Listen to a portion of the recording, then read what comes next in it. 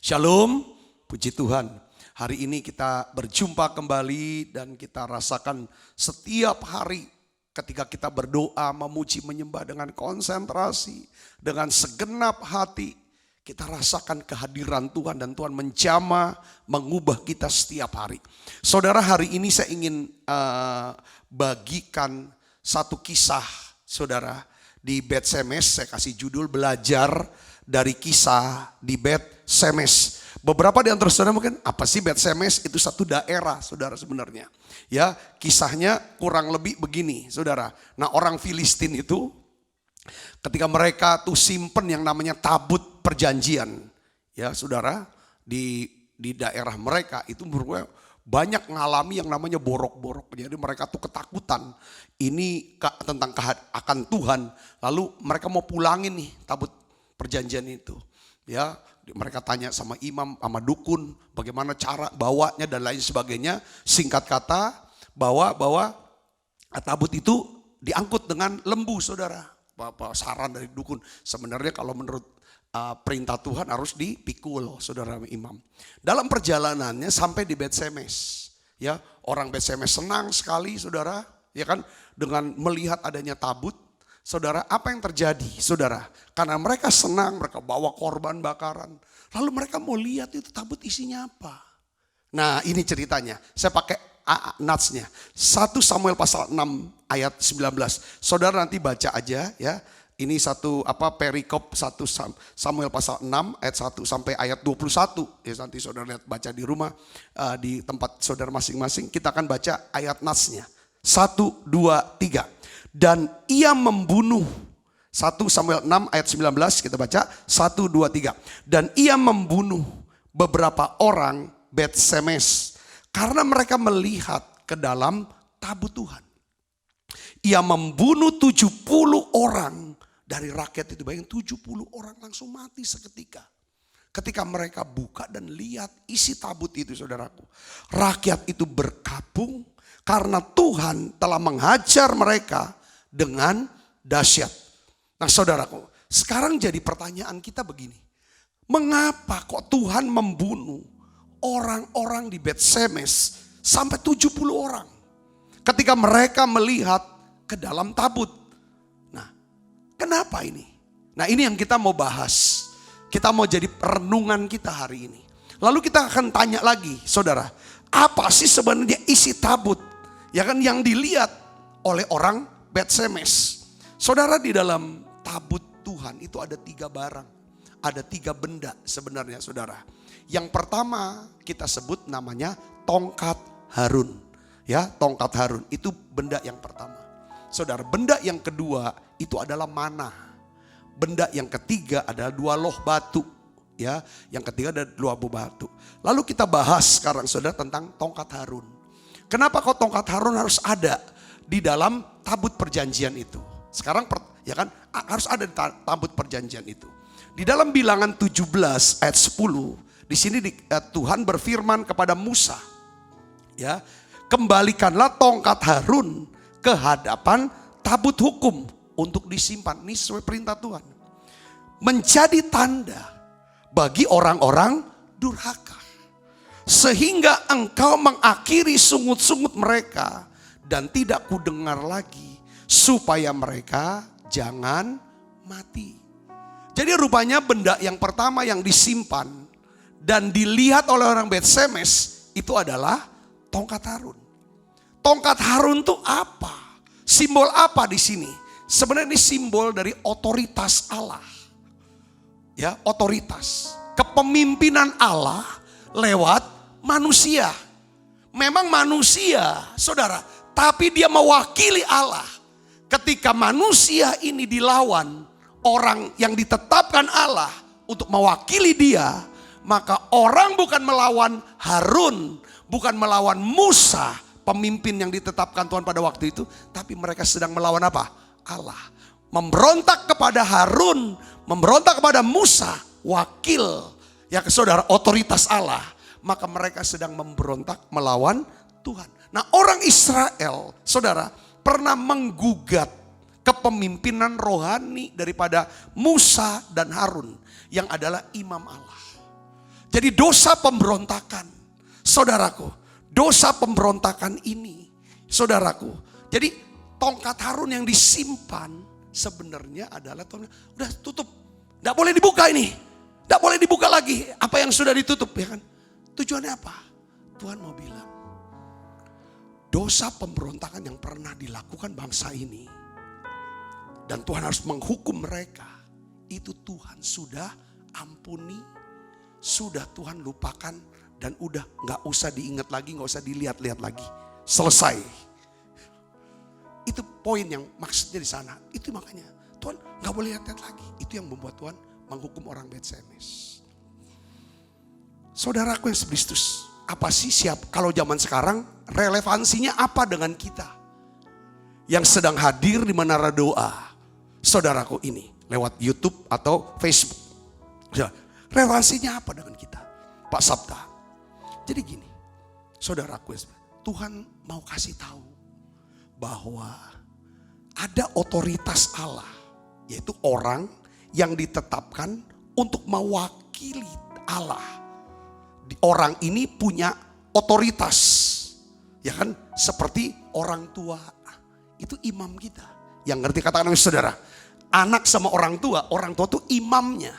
Saya kata imam lah, sebagai wakil otoritas Allah. Suami bagi seorang istri itu adalah imamnya. Itulah otoritas, wakil otoritas Allah. Sudah, jemaat dengan pemimpin rohaninya itu adalah imam atau wakil otoritas. Juga pemerintah dalam hal ini yang ditetapkan. Makanya Tuhan bilang kita harus tunduk kepada pemerintah. Karena pemerintah itu ditetapkan, dipilih oleh siapa? Tuhan yang menghendaki. Saudara Kristus. Jadi ini yang pertama. Setiap kita pasti pernah memberontak terhadap imam kita. Entah itu orang tua kita, entah itu guru, entah itu pemerintah, entah itu pemimpin rohani kita. Mungkin kita nggak bikin demonstrasi, demo atau ngata-ngata segala macam. Tetapi dari hati terjadi perbantahan. Dengar baik saudaraku. Nah Tuhan bilang, saudaraku, Tuhan mau mengampuni. Kalau Tuhan ampuni, saudara, Tuhan mau kita tidak mengingat-ingatnya lagi. Yang ngerti katakan amin saudaraku. Yang kedua, barang apa yang disimpan di tabut ini? Barang yang kedua disebut mana. Katakan mana. Mana. Kenapa barang ini harus disimpan? Karena memang Tuhan perintah. Perintahnya ada di mana? Keluaran 16 ayat 33.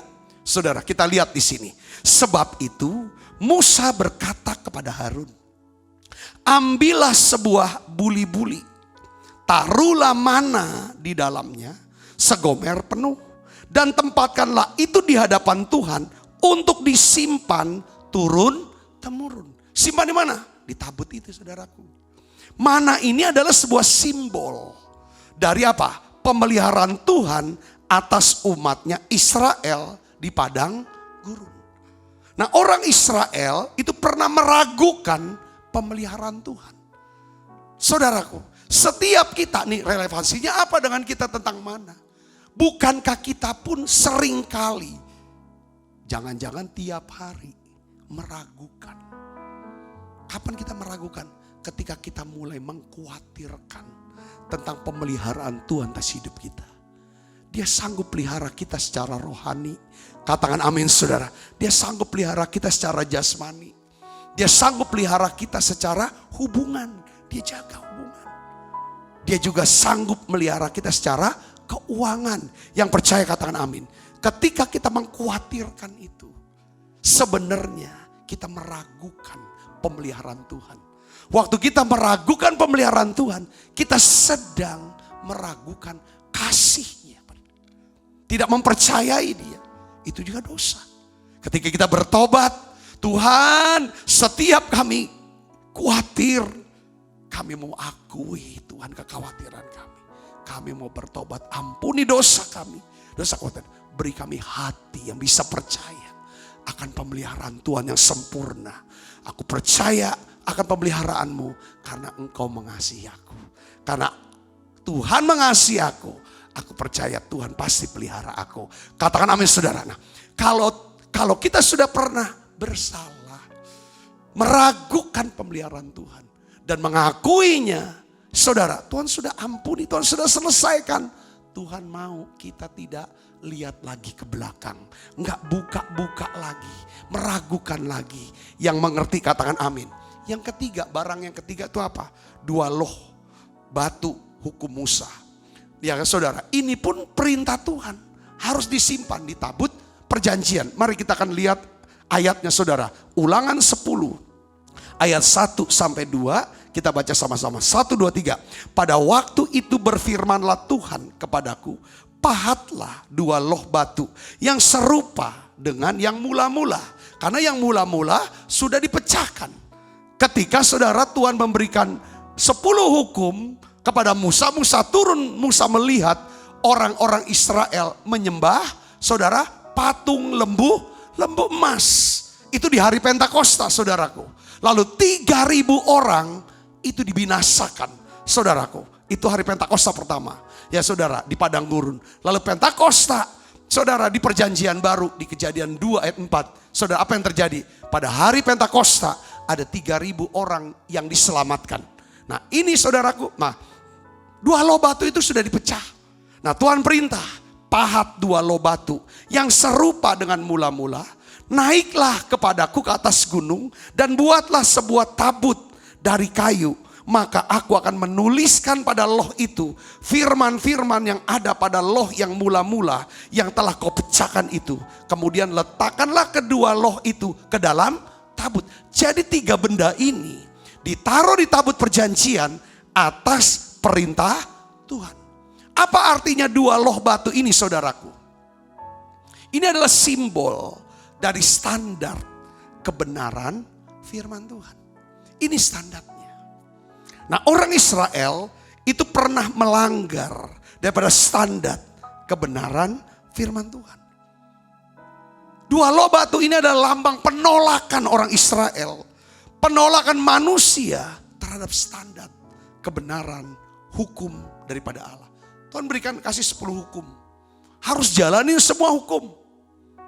Saudara sudah jalankan 9. Tapi gagal yang 1. Maka semuanya dianggap gagal. Itu hukum saudaraku. Ya itu hukum bicaranya. Tidak mungkin ada 1 orang pun yang bisa. Makanya Tuhan tutup. Nah ketiga benda tersebut mengingatkan kita tentang apa?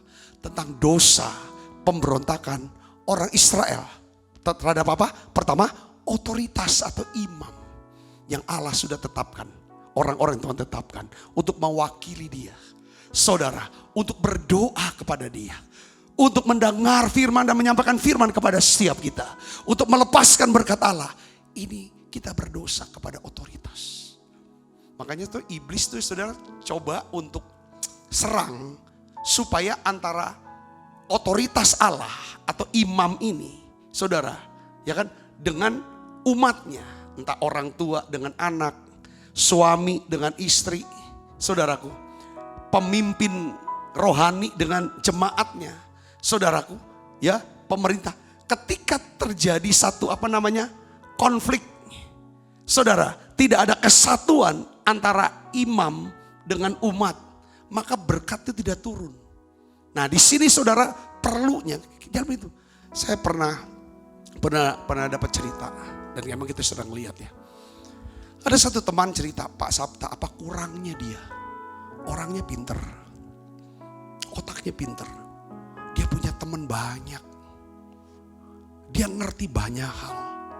Tapi kalau dia kerja kayaknya gak pernah berhasil. Saya tanya sama dia, pasti ada sebab rohaninya. Coba dicek, bagaimana hubungan dia dengan orang tuanya. Wow. Bagaimana hubungan dia dengan mertuanya. Coba itu dulu cek. Ya kan? Itu bicara tentang otoritas. Bagaimana hubungan dia dengan gereja. Kalau dia Kristen dengan pemimpinnya, rohaninya. Bagaimana sikap dia. Mungkin dia gak deket lah sama pendeta. Tapi sikap dia. Kalau sikapnya permusuhan terus. Perbantahan terus. Sama orang tua tidak ada harga. Tidak menghargai, menghormati. Lawan terus. Ini cerita. Oh benar Pak. Penyebabnya adalah ini orang begitu keras, kasar sama orang tuanya, sama mertuanya kejam. Wah, kalau pulang gereja dengar khotbah, selalu ada bantahan, lalu ini kan segala macam. Oh, ini satu. Ini saudaraku, otoritas blessing itu dari kepala turun. Katakan amin saudaraku. Yang kedua, saudaraku, tentang apa? Dosa pemberontak tentang pemeliharaan Tuhan. Mana bicara pemeliharaan Tuhan? Sering kali, ya saudara, yang menyakiti hati Tuhan adalah kalau kita meragukan Dia, tidak mempercayai yang bisa membuat Tuhan itu berkenan, senang. Saudara, yaitu apa? Kita bisa percaya akan pemeliharaan Dia. Katakan amin saudaraku. Ini penting. Ya, ini lambang. Mana lambang daripada dosa?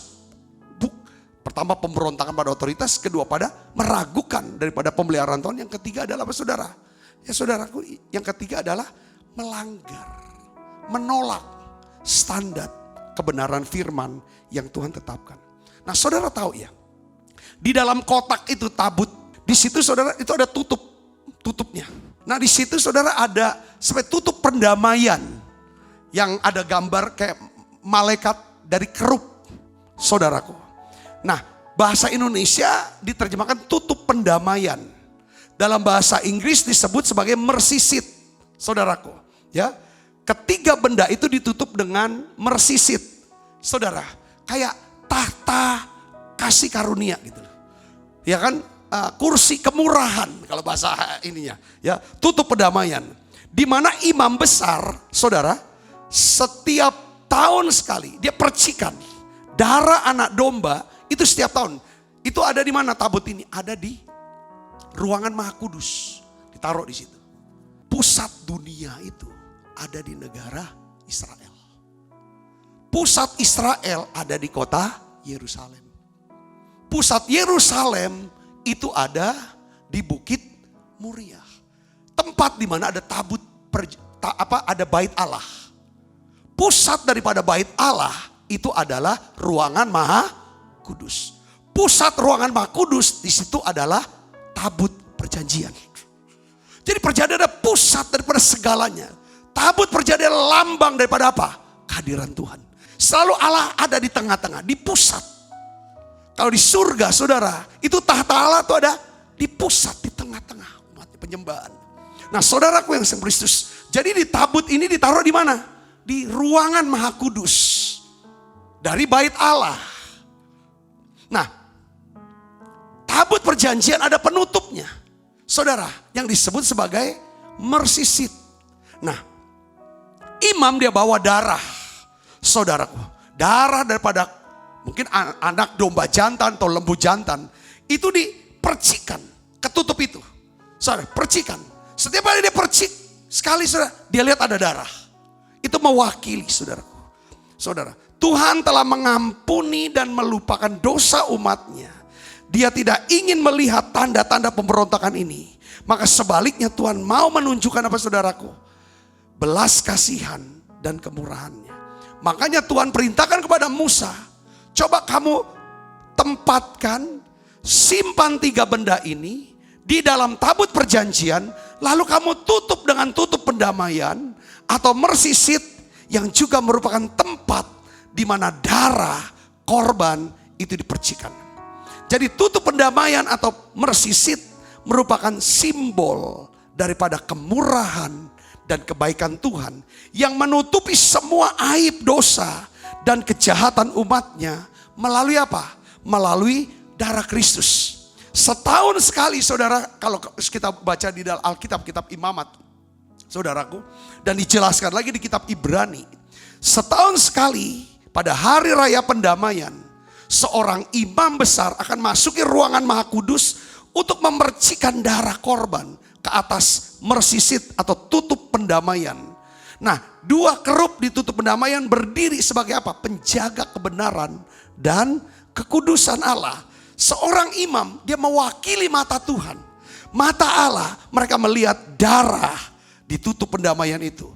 Selama masih ada darah daripada korban binatang, seluruh Israel dinyatakan diampuni dosanya, dibenarkan, dibebaskan daripada penghukuman. Dan pada saat yang sama orang Israel akan menerima berkat selama kurun waktu 1 tahun. Makanya imam besar setahun sekali masuk ruangan itu, bawa darah, percikan. Selama darah itu masih ada, itulah saat dimana orang Israel tahu dosaku sudah diampuni. Saya dibenarkan, saya dibebaskan dari penghukuman. Dan saya pada saat yang sama berkat Tuhan turun atas hidup saya. Kebaikan dan kemurahan Tuhan akan mengikuti saya. Yang mengerti katakan amin. Itu perjanjian lama. Saudara, hari ini darah yang dipercikan di tutup perdamaian oleh imam besar setahun sekali bukanlah darah domba jantan, bukanlah darah lembu jantan, tetapi darah yang mahal, darah yang kekal, yaitu darah apa? Anak Allah sendiri. Yang bernama siapa? Yesus Kristus. Di dalam Ibrani 9 ayat 12, saudaraku, penulis kitab Ibrani dia menjelaskan begitu detailnya tentang kuasa darah Kristus buat setiap kita. Mari kita akan baca sama-sama. 1, 2, 3. Dan ia telah masuk 1 kali untuk selama-lamanya. 1 kali untuk selama-lamanya. Saudara masih ingat gak cerita yang kemarin hari Minggu? Ketika Maria Magdalena sadar bahwa itu Yesus. Ketika Yesus berkata, "Ibu, mengapa kau menangis? Siapa yang kau cari?" Ya kan? Lalu dia tengok, kalau kamu penjaga kebun, tolong beritahu. Lalu Yesus panggil, "Maria." Lalu Maria sadar, oh Yesus ini. Maria mau pegang Yesus. Mungkin mau peluk Yesus. Yesus bilang, "Tidak boleh jam aku. Karena aku belum pergi kepada Bapa. Belum membawa korban itu. Korban darah itu kepada Bapa." Saudara, itulah saatnya saudara. Dia bawa. Nah, dikatakan bahwa ia telah masuk 1 kali untuk selama-lamanya ke dalam tempat yang kudus, yaitu sorga. Bukan dengan membawa darah domba jantan dan darah anak lembu, tetapi dengan membawa apa? Darahnya sendiri. Dan dengan itu ia telah mendapat kelepasan yang kekal. Ayat 13 baca keras. Sebab jika darah domba jantan, darah lembu jantan, dan percikan abu lembu muda menguduskan mereka yang najis, sehingga mereka disucikan secara lahiriah. Ayat 14. Lebih, betapa lebihnya darah Kristus yang oleh roh yang kekal telah mempersembahkan dirinya sendiri kepada Allah sebagai persembahan yang tak bercacat, akan menyucikan apa? Hati nurani kita. Kita bisa menjadi orang yang punya integritas, hidup hati nurani yang murni. Makanya berbahagialah orang yang murni hatinya, ia akan melihat Allah. Kata melihat Allah adalah saudara bisa merasakan hadirat Allah, bisa memiliki kuasa Allah, bisa mendapatkan pengampunan Allah, dibenarkan oleh Allah, dibebaskan dari penghukuman, dan menerima berkat dari Allah. Ini artinya saudara, dia sucikan hati nurani kita. Yang bisa menyucikan hati, yang membuat kita bisa kudus, murni, menjadi the man of integrity. Yaitu apa saudara? Kuasa darah Kristus. Yang ngerti katakan amin saudaraku. Dari perbuatan-perbuatan yang sia-sia, tujuannya satu, saudaraku, yaitu apa? Supaya saudara dan saya, kita dapat beribadah kepada Allah yang hidup. Katakan amin saudaraku. Jadi pertanyaannya begini, Pak Sabta, kita kembali ke Bet-Semes. Kisah Bet-Semes. Kenapa kok Tuhan begitu keras menghukum orang-orang Bet-Semes yang mau buka tutup perdamaian itu untuk lihat 3 barang ini? Tuhan mau ngomong gini, apa yang sudah Tuhan selesaikan, apa yang Tuhan sudah selesaikan, yaitu aib, dosa, kesalahan. Baik itu kesalahan tentang pemberontakan, kekhawatiran, dan juga saudara pelanggaran atas hukum-hukumnya. Yang Tuhan sudah selesaikan itu lewat apa? Darah. Tuhan tidak mau lagi kita lihat-lihat, kita pikir-pikir, kita ungkapkan, kita bahas lagi. Karena apa? Kalau terus dipikirkan, terus dibahas, maka ada tuduhan-tuduhan yang menimbulkan apa saudara? Ketakutan. Kita gak akan pernah bisa punya keberanian untuk menghadap tata kasih karunia. Kalau kita punya tuduhan, yang mengerti katakan amin. Kita harus percaya akan kasih Kristus, akan kemurahan Tuhan. Yang mengerti katakan amin. Allah tidak lagi melihat dan menghitung-hitung dosa-dosa kita. Karena dia melihat darah anaknya. Dia melihat karya sempurna daripada anaknya. Allah tidak menghendaki saudara dan saya hidup berfokus kepada masa lalu. Melihat dosa-dosa yang telah diselesaikan Tuhan. Tuhan menghendaki kita hidup berfokus kepada Kristus dan karyanya yang sempurna di atas kayu salib. Katakan amin saudara. Ya. 1 Yohanes 2 ayat 2 katakan begini. Dan ia adalah pendamaian untuk segala dosa kita. Dan bukan untuk dosa kita saja, tetapi juga untuk dosa seluruh dunia. Orang Bet-Semes membuka tutup perdamaian. Mereka melihat isi dari tabut perjanjian. Akibatnya apa? 70 orang rakyat itu mati. Karena dihajar Tuhan dengan dahsyat. Sekali lagi saya mau katakan begini. Segala sesuatu yang telah ditutup dan diselesaikan oleh Allah, tidak boleh ada seorang pun yang membukanya kembali. Katakan amin. Siapa yang suka buka? Apa yang sudah Tuhan tutup? Iblis. Pekerjaan iblis adalah apa saudara? Membuka aib masa lalu kita. Supaya apa? Kita hidup dikuasai oleh kemarahan, ketakutan, rasa bersalah, rasa terhukum. Yang mengerti katakan amin saudaraku. Saudara tahu ketika Allah menghukum Sodom dan Gomora, Tuhan berkata, Lot, kau tidak boleh tengok ke belakang. Jangan lihat ke belakang. Beritahu istrimu, beritahu 2 orang anakmu, beritahu mereka semua, kau harus tatap ke depan, fokus ke depan, jangan lihat ke belakang. Karena di belakang aku sedang menghukum Sodom dan Gomora. Poin yang Tuhan mau katakan begini saudaraku, ya kan bahwa Tuhan tidak suka kalau umatnya yang sudah diampuni, dibenarkan, dibebaskan dari penghukuman, suka melihat penghukuman Tuhan atas orang lain. Jangan senang lihat cari kesalahan dan senang lihat orang kena dihukum oleh Tuhan.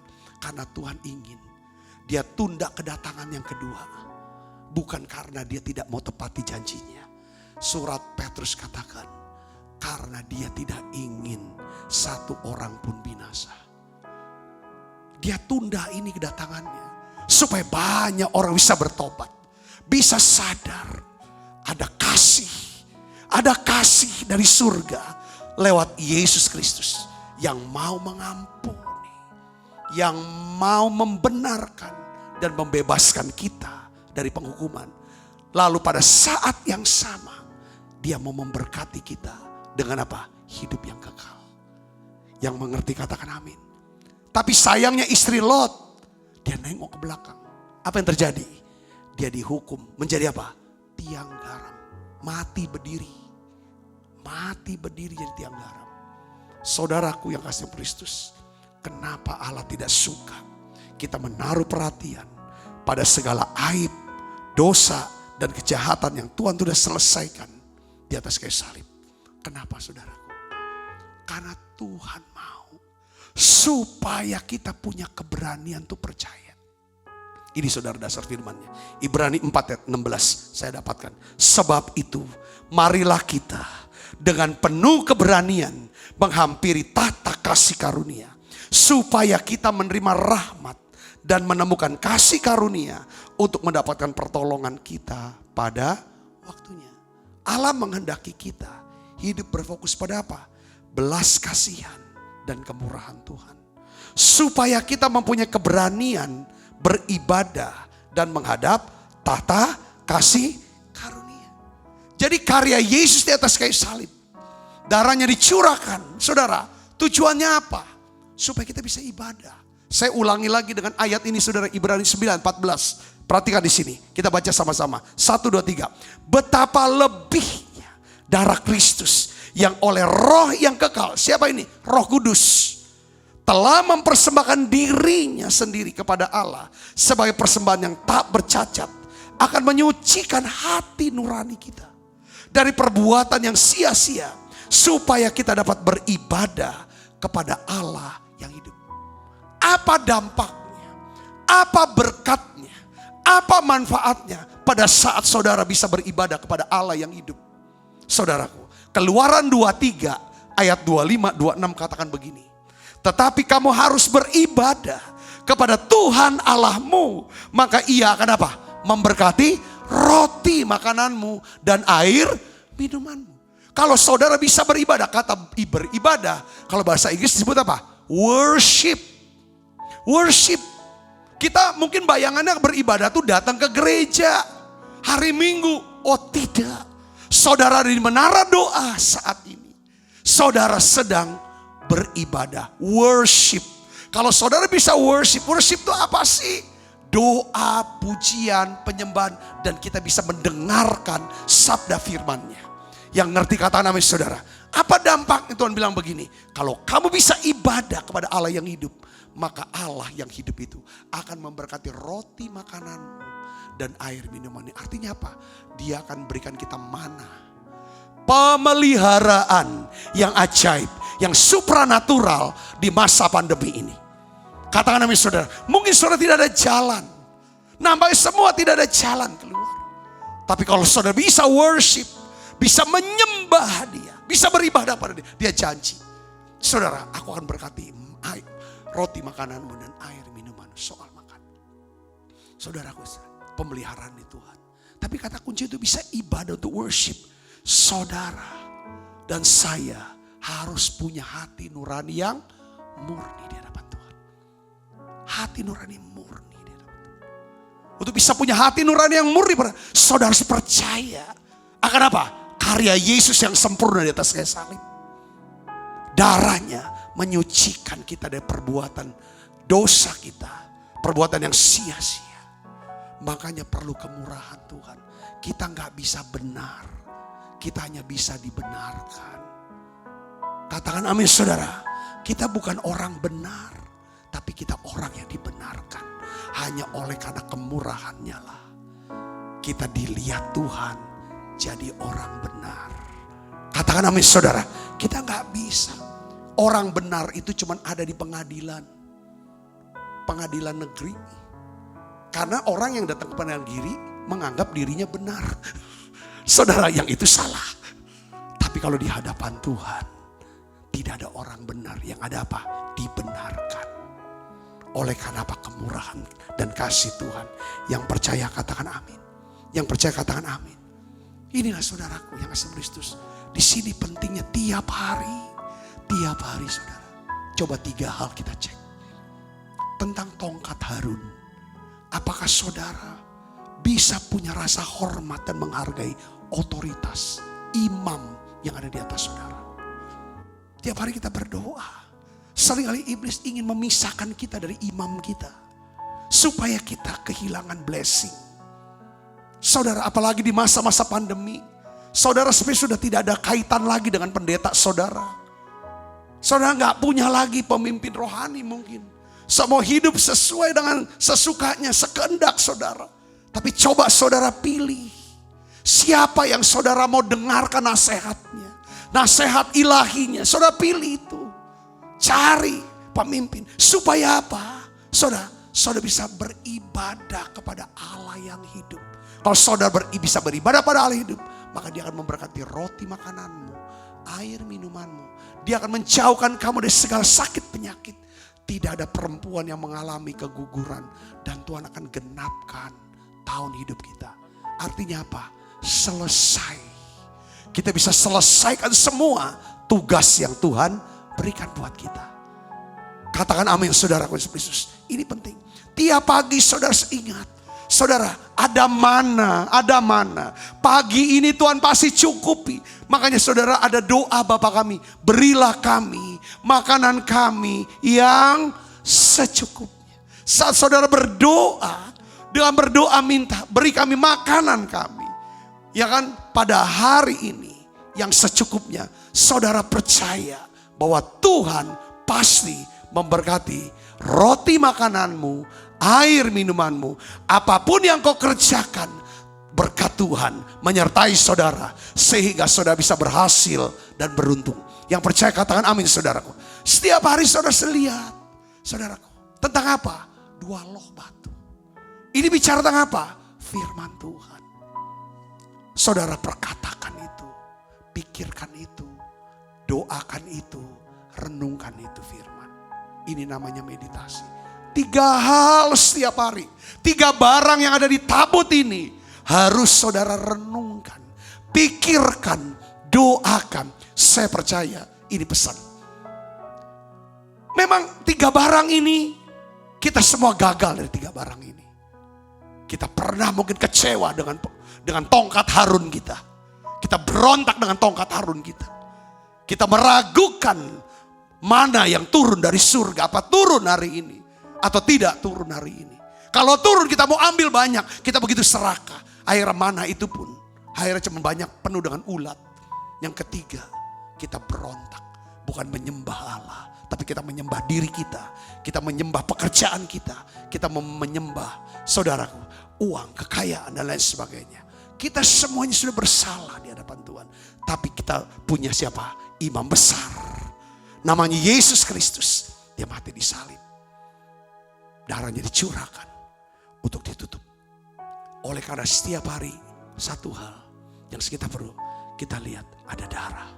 Setiap kali ada darah. Di situ kita melihat, saudara, darah itu adanya di mana? Di mercy seat. Di kursi kemurahan. Tiap hari kita minta, Tuhan, biar kemurahan-Mu, kebaikan-Mu mengikuti aku pada hari ini. Saya berdoa, saudara diberkati dengan firman Tuhan ini. Saya berdoa, biarlah kebaikan, kemurahan Tuhan mengikuti kita. Dan kita akan diam dalam rumah Tuhan sepanjang masa. Tuhan Yesus berkati.